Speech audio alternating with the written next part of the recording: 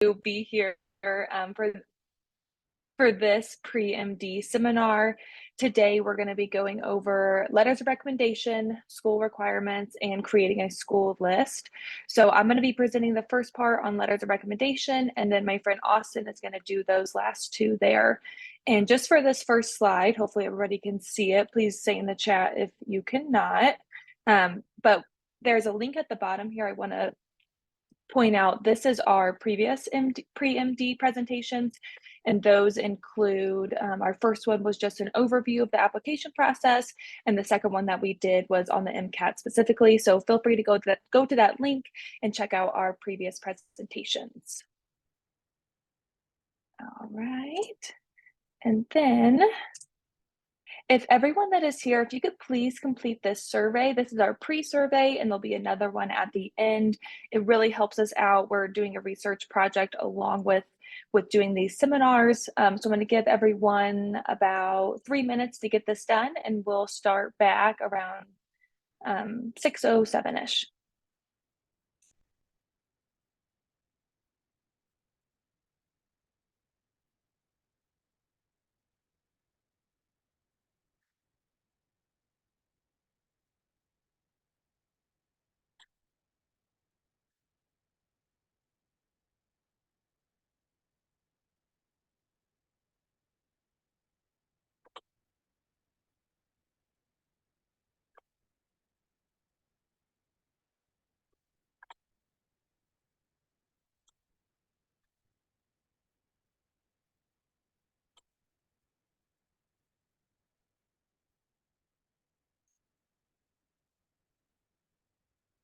Ellie, I just saw your message, and I'm sure that one of our other pre-MD members can put that in there for you. And then this slide deck will also be available afterwards as well. But hopefully somebody else can put that in for you. I'm not tech savvy, so I'm too nervous to move my screen around.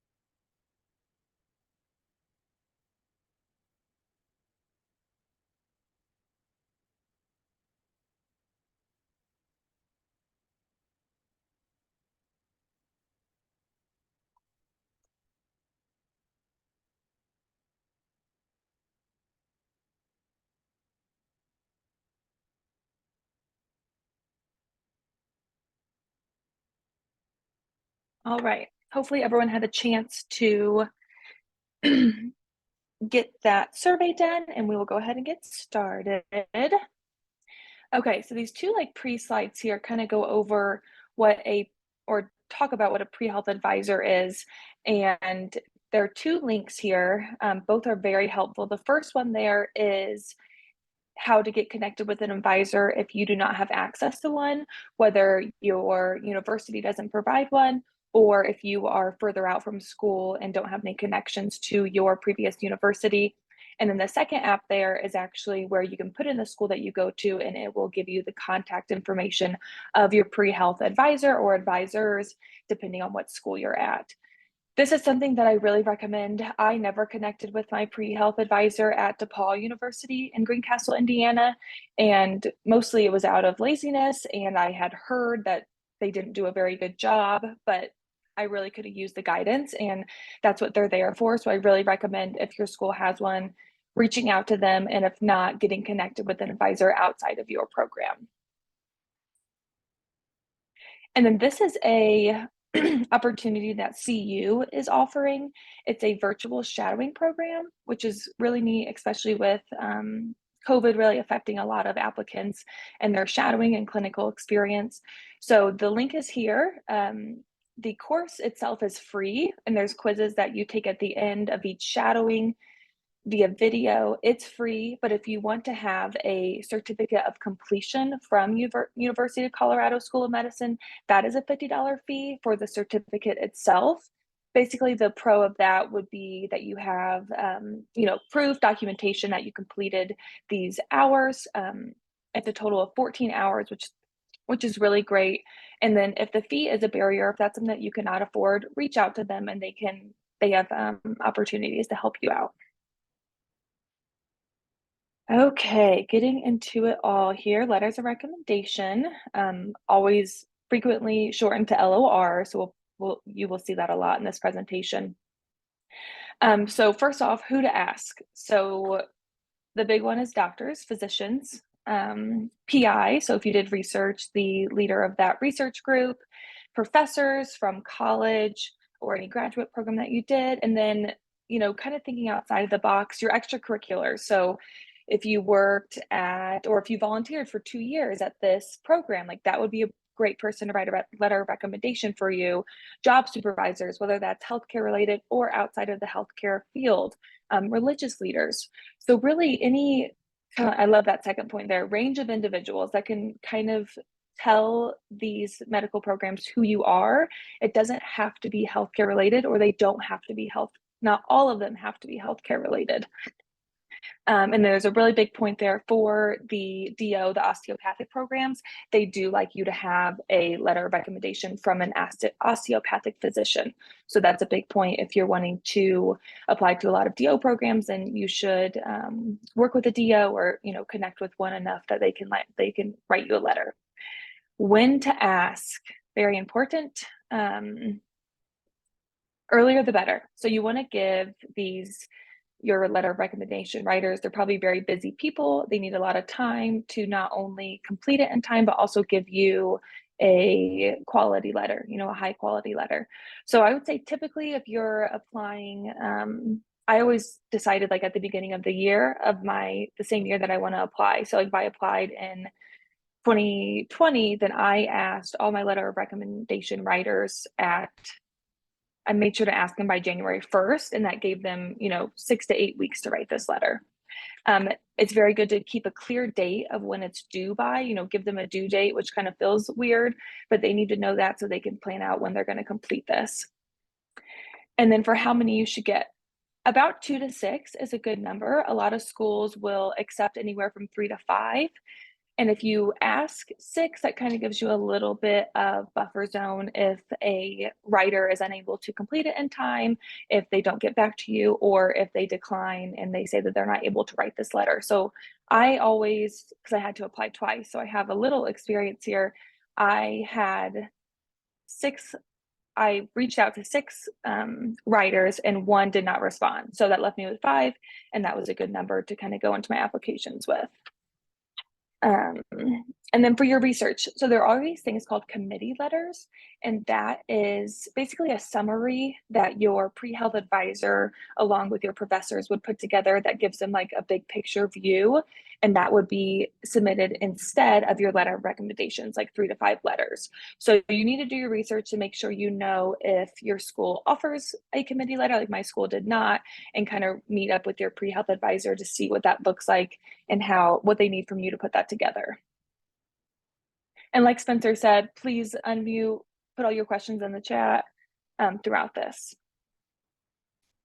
All right, so what should be in our letter of recommendation? So there's 2 good links here, one from the AAMC and the second one, I can't remember what that one's from, but these are 2 guidelines that you could provide to your writers of like what is supposed to be in this letter, especially if your writer has never written a letter of recommendation before, and a letter of recommendation specifically for medical school, because they're really looking for those examples, not just kind of the kind of an overview descriptions of you. They want examples. They want these stories about you specifically.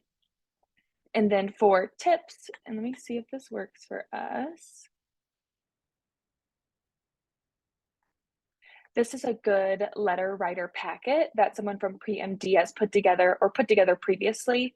And this is what they sent out to their writers. So it has a good, obviously starting with a thank you for how much they're doing for you. And then it goes through like what they've been up to since their last time they either met with their letter writer or saw them, or, you know, maybe they're applying again. So there's a good like review of what they did. Attached are the guidelines of what they need. And then kind of a review here of core competencies.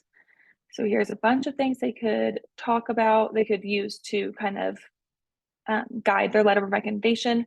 And then here we have a resume or CV. So this is something that you definitely want to have up to date to share with your letter writers to let them know what you're up to. And then I think that's just a CV up until the end. Yep, exactly. All right, let me get out of this. Maybe.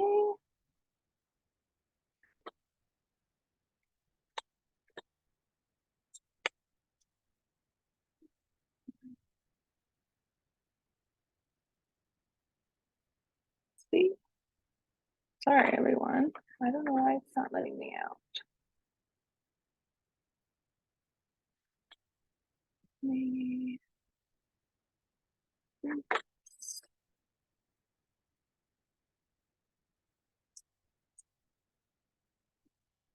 Morgan, maybe try unsharing your screen and then just share it again. Okay.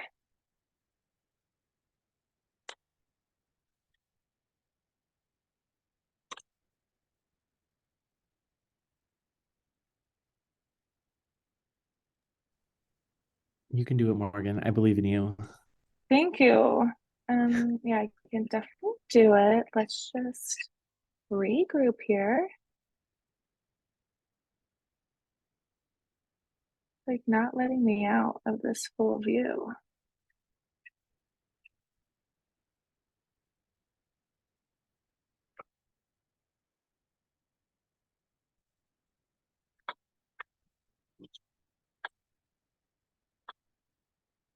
One second and we will be going.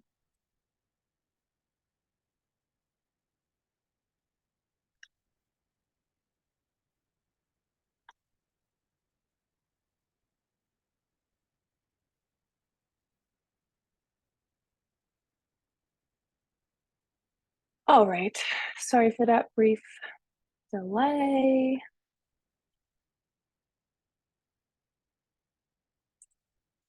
All right, can everybody see this? Okay. I will not be clicking on any more links due to the technical difficulties. But that was a really good packet, just to kind of show you what you could put together to send out to your letter writers. I love this point here. Thank you cards are always great to either nudge or remind your writers if you feel uncomfortable sending an email or a text. I sent thank you cards after they had submitted them, but I put like a cute sticker from Colorado in there. So thank you cards are good no matter what. Really great if you need to use them as a reminder. I'm not going to go through these. These are just these are two examples of an email that you could send to a letter writer that you have already reached out to and they've already agreed to write one for you. And then this next slide here is someone who they have not yet agreed to write one for you, but you're requesting them to write one. Definitely, I would use a few drafts on these emails, make sure they're well written, make sure you're appreciative, and make sure it's clear that you're asking a question and you're not just assuming that they're going to write this for you. Okay. These are the core competencies. So I think in a previous slide, we mentioned that if you wanted to specifically ask your letter writer to write about a certain thing that you've done, so if you wanted them to work on teamwork or discuss your teamwork skills, and you ask another writer to talk more about your resilience, then you can assign those if you'd like. I personally did not do that. We can see if anybody else from the Centris group has done that. But that's more if you really have something specific that you would want them to talk about. This is for CU School of Medicine, kind of what it says for our requirements. It is 3 to 5 letters. They do also accept a committee letter in replacement of those. And then they do, this is a frequently asked question, if they read the maximum amount, if they read all the letters that you send, and then they answered yes. Their preference on 3 versus 5 letters, there's no need to have 5. but they want them to be strong letters. So you can have 3, they'd rather have 3 strong letters compared to 5 that are like semi-strong, not as strong a connection between you and that letter writer.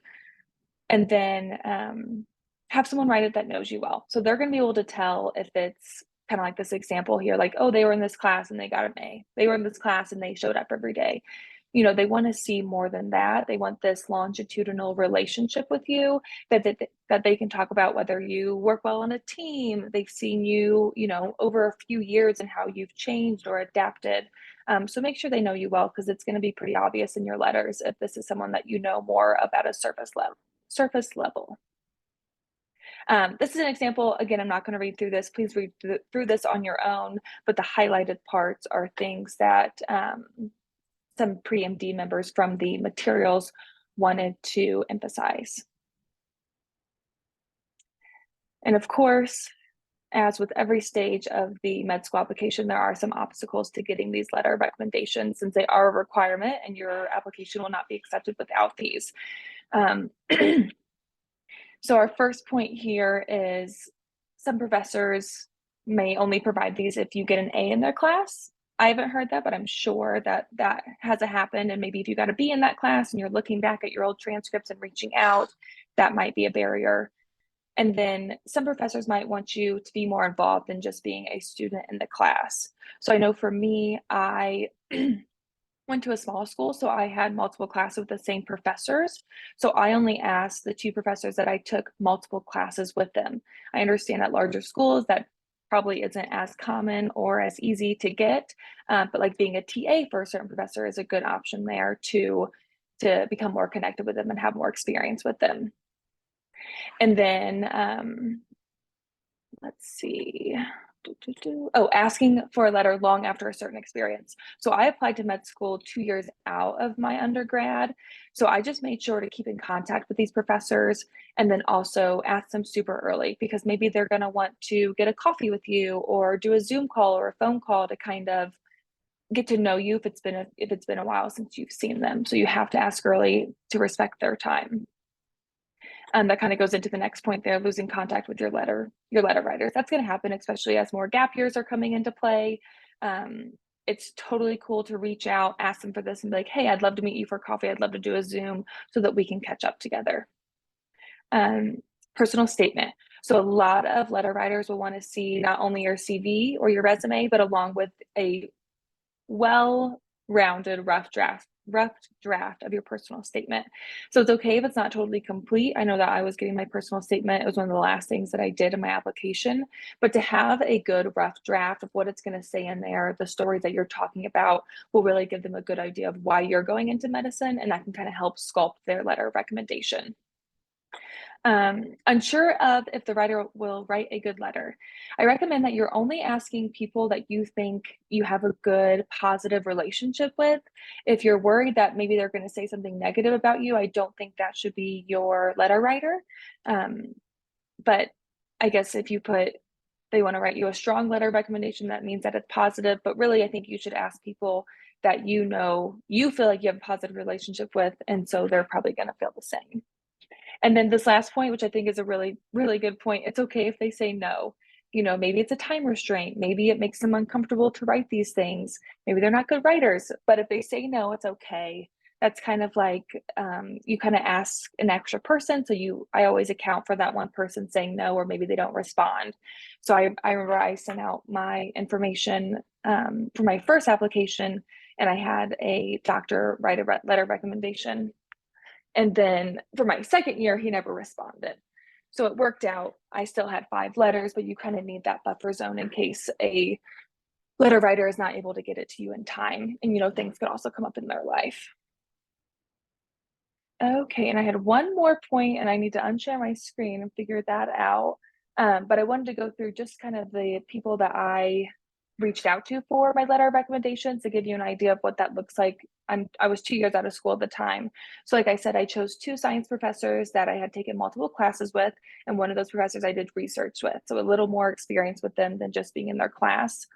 I got a letter of recommendation from a physician at my current job. Really good to have whatever you're currently doing, if you're not in school, have that manager or doctor you're working with write you a letter of recommendation. And then I did a physician from a previous job that I also babysat his kids. So, you know, kind of a two, not only did I scribe for him, but I also watched his kids at home. And then I also did an RN, a floor manager of a previous job. So I worked for a while. So most of my letters of recommendation, besides my 2 school ones, were from my work experience. And so I hope that was okay. Again, I'm sorry for those difficulties that I have, but I'm going to happily pass this on to Austin to go through these next 2 points with you guys. All right. All right. Let's see if I can do this. Okay. So is it going to share? Great. So on the subject of letter of recommendations, before we move on to school requirements, so schools are going to vary with what they want specifically, but I found that a pretty helpful like basic requirement is you have, at least for school letters of recommendation, you have 2 letters of recommendation from 2 different science professors, and then 1 letter of recommendation from a non-science professor. Especially this is like, I guess, a little bit more applicable if you're in undergrad or just coming out of undergrad. But obviously that's bare minimum. That'll cover your base for most schools. Some schools are gonna obviously would want more than that.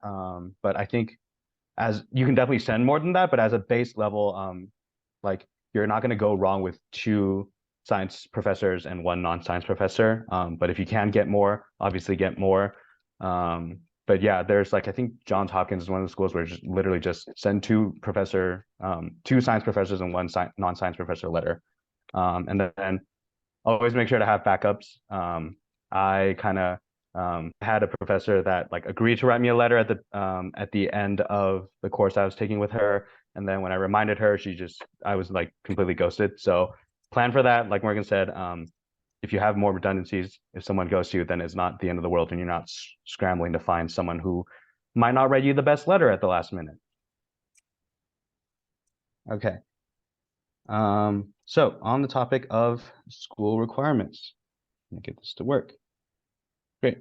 So when you kind of look around at pre-med course requirements on different school websites, or you ask around, you're going to get pretty general answers. And that's really because every school has different requirements of what they want. But in general, you're going to want to take, they obviously want you to take science. So you need to have a year of biology with your lab, with a lab course of some kind, a year of general chemistry, a year of organic chemistry, and a year of physics, all with labs. That'll, again, cover your bases for most schools. Some schools might have like slightly different things, and their definition of biology can be very broad. You're going to want about a year of English and humanities, 1 year of math, and then math can also be very broad if it's like some schools count statistics and calculus or something as math. Some schools separate statistics out from math. It kind of depends. And then a semester of biochemistry. And then if you're in a quarter system for some schools, you should check in with that school about what their conversion is between quarters versus semesters. And a really good place to check info for like specific school requirements or school requirements for schools that you're really interested in is MSAR, which is Med School Admissions Requirement. It's a tool provided by the AAMC that compiles all the requirements from all the schools that are that you can apply to. And you should also check on the individual schools' websites to see if they give more specific information. But in general, this kind of framework will again cover your bases for pretty much most schools. And again, the biology can be, and oftentimes physics or any of these courses can kind of vary widely. Some of the people in our group have taken like an anthropology class as a genetics course, and then someone's taken, I think, mechanical engineering and with the lab and use that as a physics as the physics requirement. So again, it'll differ, and then schools are pretty flexible with what counts and what doesn't count. So in terms of planning for classes and fulfilling course requirements, you should check pretty early on so you can plan ahead with your schedule, figure out what classes you do need to take and what classes you don't need to take or you don't want to take that you can, cut out of your schedule so you're not super stressed. And a very important thing is you don't need to be a science major to get into medical school, right? So schools don't have a major requirement, they have course requirements. So they just want to see that you have an understanding of, a basic understanding of like science, humanities, and physics and math and all that before you get into class. What you actually major in what you actually major in isn't like going to be a detriment to you if you don't major in science. So, and oftentimes being different from your peers. So, being like an English major or a music major, and pursuing something and showing that you're pursuing that your specific interest or passion can be a benefit. But again, don't take that to the extreme and major in something very unique just because it's unique. You should major in something that you're truly interested in, and it's also still totally okay to major in science if that's something that you're interested in. So obviously, again, you can take science classes outside of your major if you want to increase your science GPA or if you want to fulfill course requirements. A good thing to do is also check if schools take AP credits. There are actually some schools out there that won't accept AP credits as replacements for like biology, or physics or something. So double check if the schools you're applying to will accept AP credits if you use them to replace or not take certain classes in undergrad. And then if you're also in the middle of preparing for your MCAT, you should try considering timing your classes to help prepare for the MCAT. So there are certain classes that I found very helpful when I was studying, when I was prepping for the MCAT. I took like a biochem class the quarter right before I began studying for the MCAT, and that actually made things actually much easier for me in certain aspects of it. So, think about what classes you can move around in your schedule that might show up on the MCAT. And again, like I was saying before, you can use unusual courses to satisfy requirements. So you don't have to take physics, like physics 1, physics 2, basic physics to satisfy your physics lab requirements. So kind of check with the medical school that you're applying to.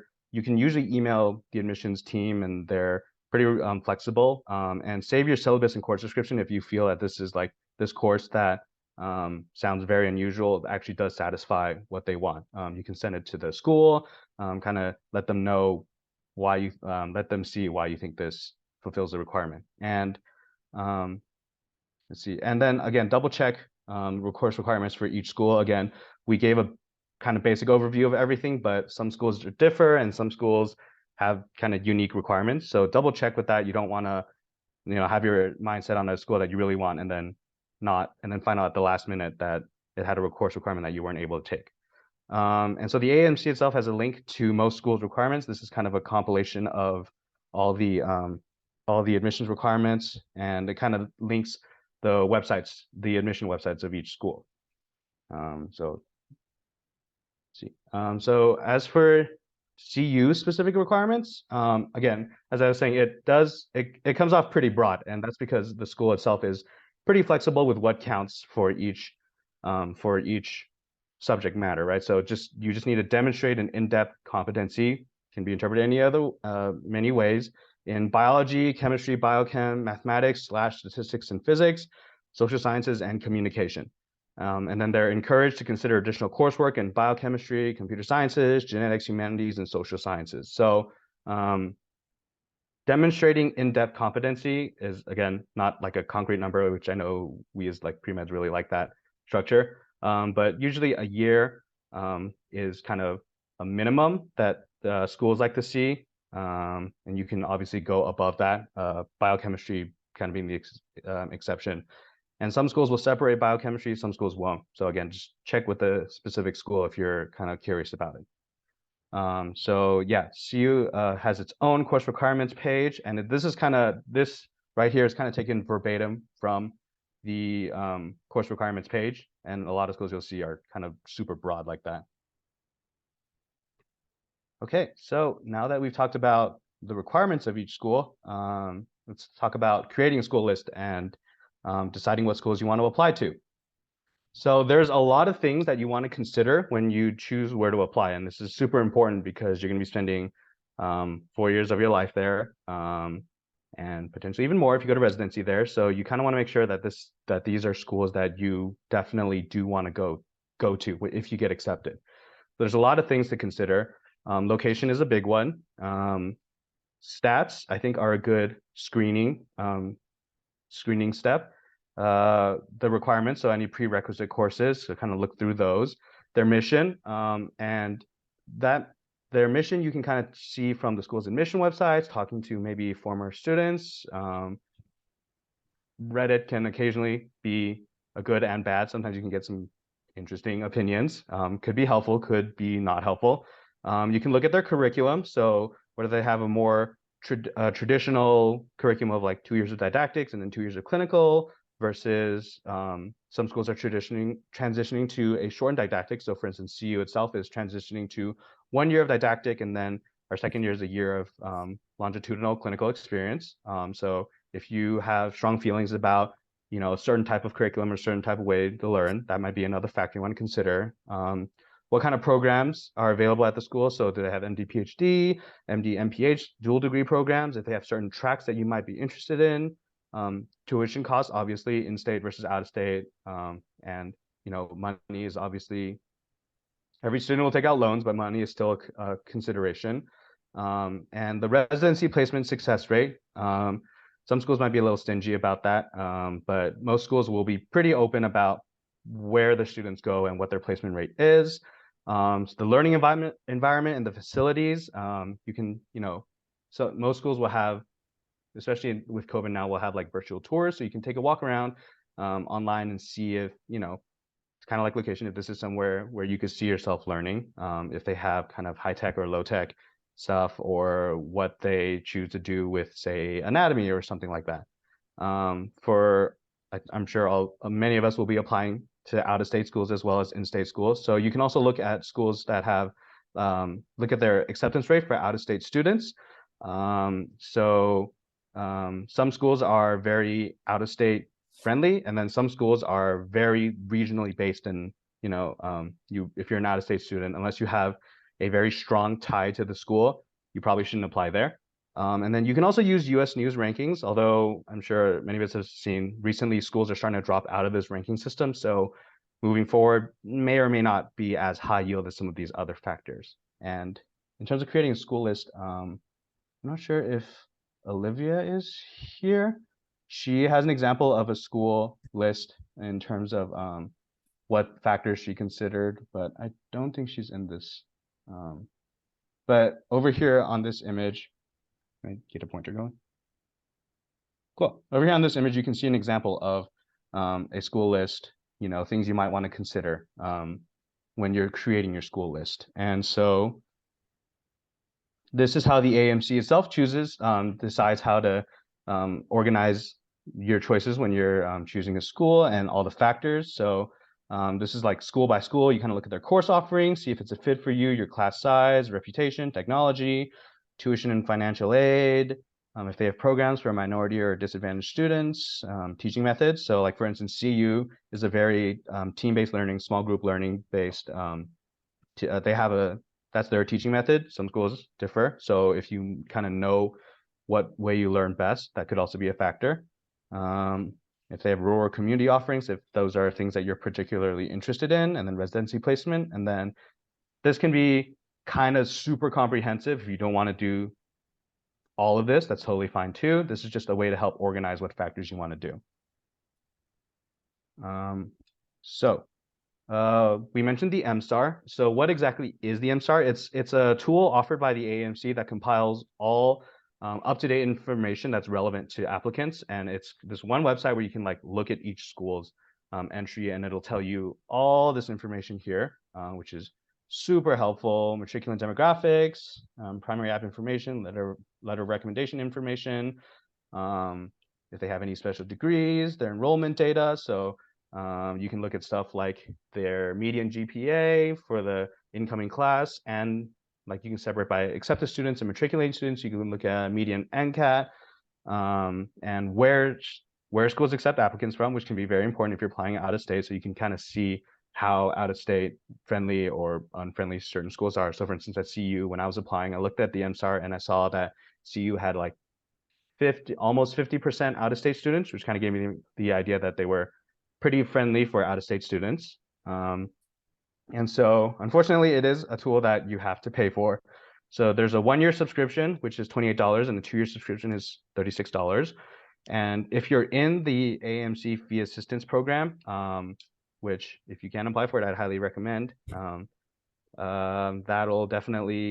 comes with a 2-year subscription. That's free. So you're saving $36, which everything adds up. So definitely, if you can't get the fee assistance program, I'd still highly recommend getting the MSAR. It's probably like your most important way of getting all this information compiled in one place. So this is an example of the MSAR page. It kind of looks like this, and then you can click into, these are screenshots, so we're not going to open any links, but you can click into each individual school, and they'll give you more data about like your median GPA and median MCAT, and they locked it behind subscribers. But you'll also see like where the matriculating class, where each one came from, like where they came from, in terms of in-state, out-of-state. Gender divisions, you'll see a lot of different race. They'll give like statistics about race and a lot of different information. And then they'll also link you to the school's admission websites itself if you want to look for more in-depth information. And then this is helpful in terms of like initially creating a list. You can filter by median MCAT if you want, median GPA, if they accept out-of-state or international students. So there's a whole bit over here, and it's very useful in terms of just initially getting a screening process going. So there are some other ways that you can build your medical school list. This is on Student Doctor Network. I know we've cautioned going on Student Doctor Network in the past, but this is a pretty helpful tool that's on there. You can just input some personal data. So your race, your GPA, your MCAT. It's not extremely comprehensive, but it'll give you kind of a general statistic of like your chance of getting an admission to any medical school. So it's not going to tell you your chance of getting into a specific school, but it'll give you your chance of getting into at least one medical school based on previous data. Obviously, it's not like a guarantee, but it's a good kind of way of predicting, oh, is my application maybe strong enough? Do I need to maybe strengthen some things or not?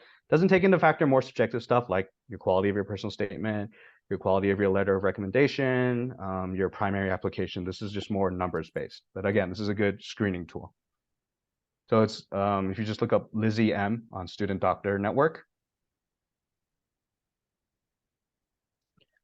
And so again, in terms of out-of-state schools, the MSAR is very helpful in telling you if schools are out-of-state friendly or not.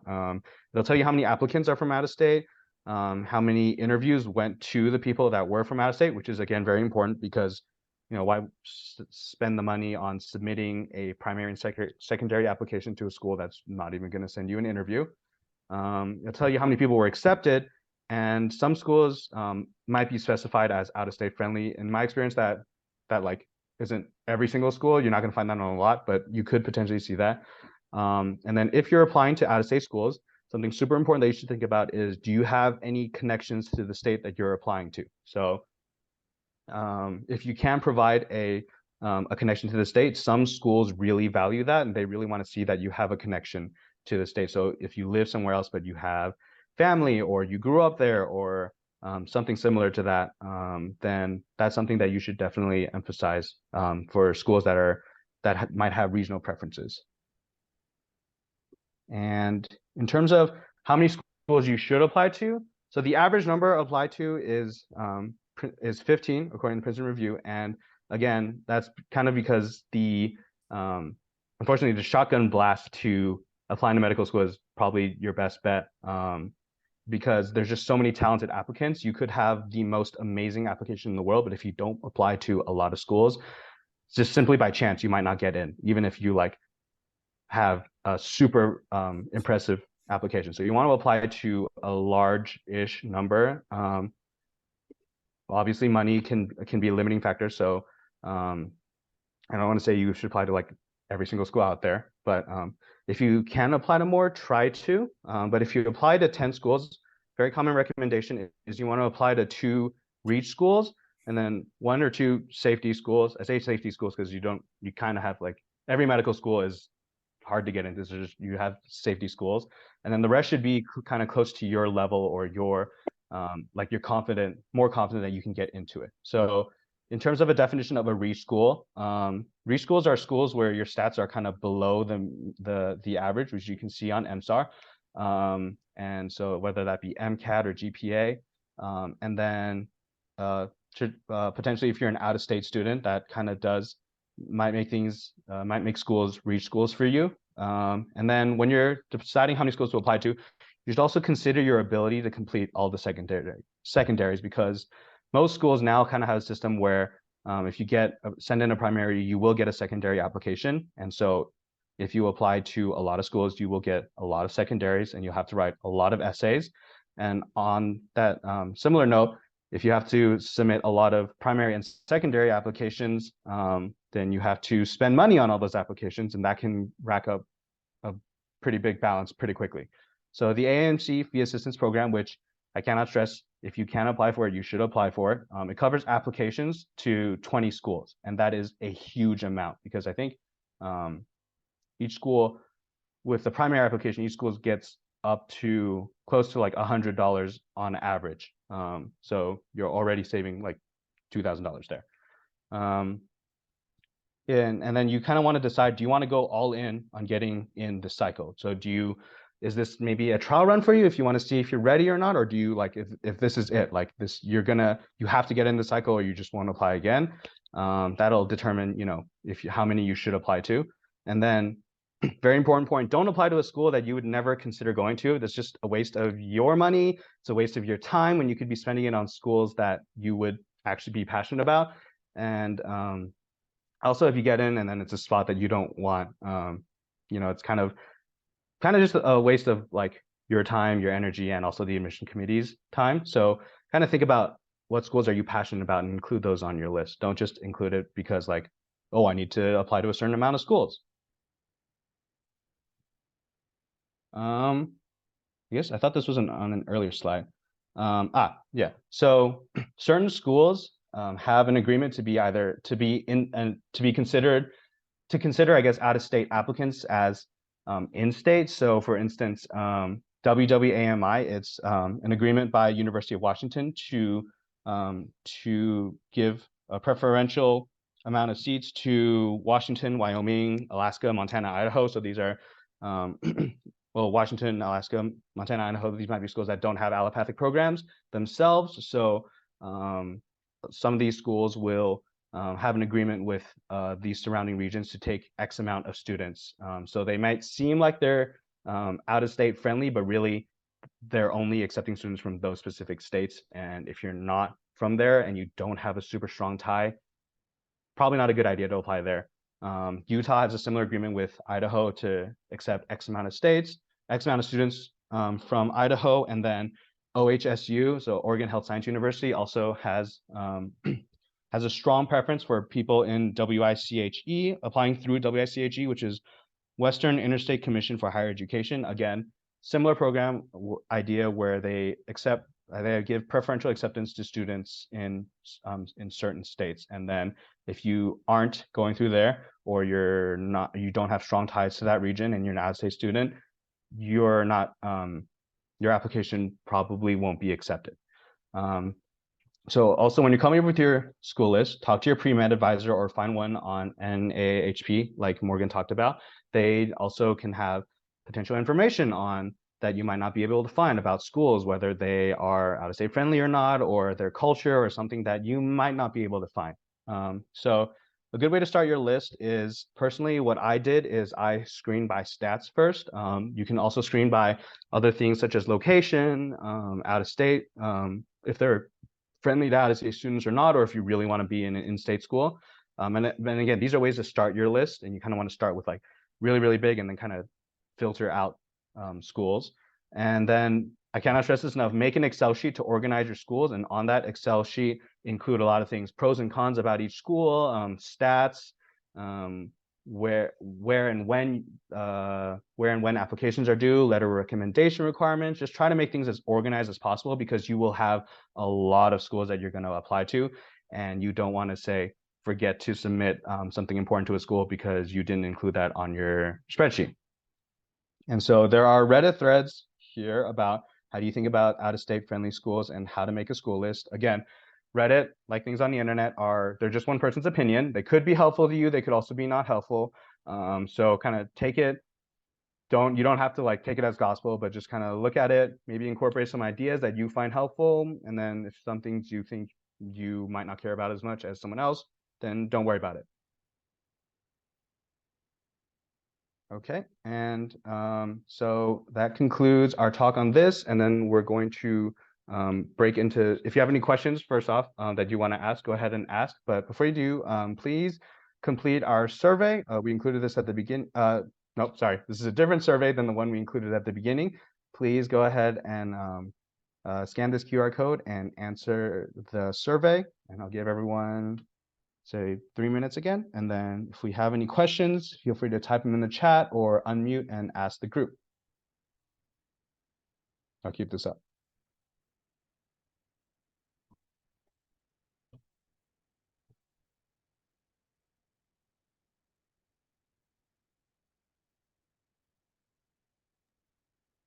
Your screen stopped sharing, Austin. So I don't know if they can see that QR code right now. All right.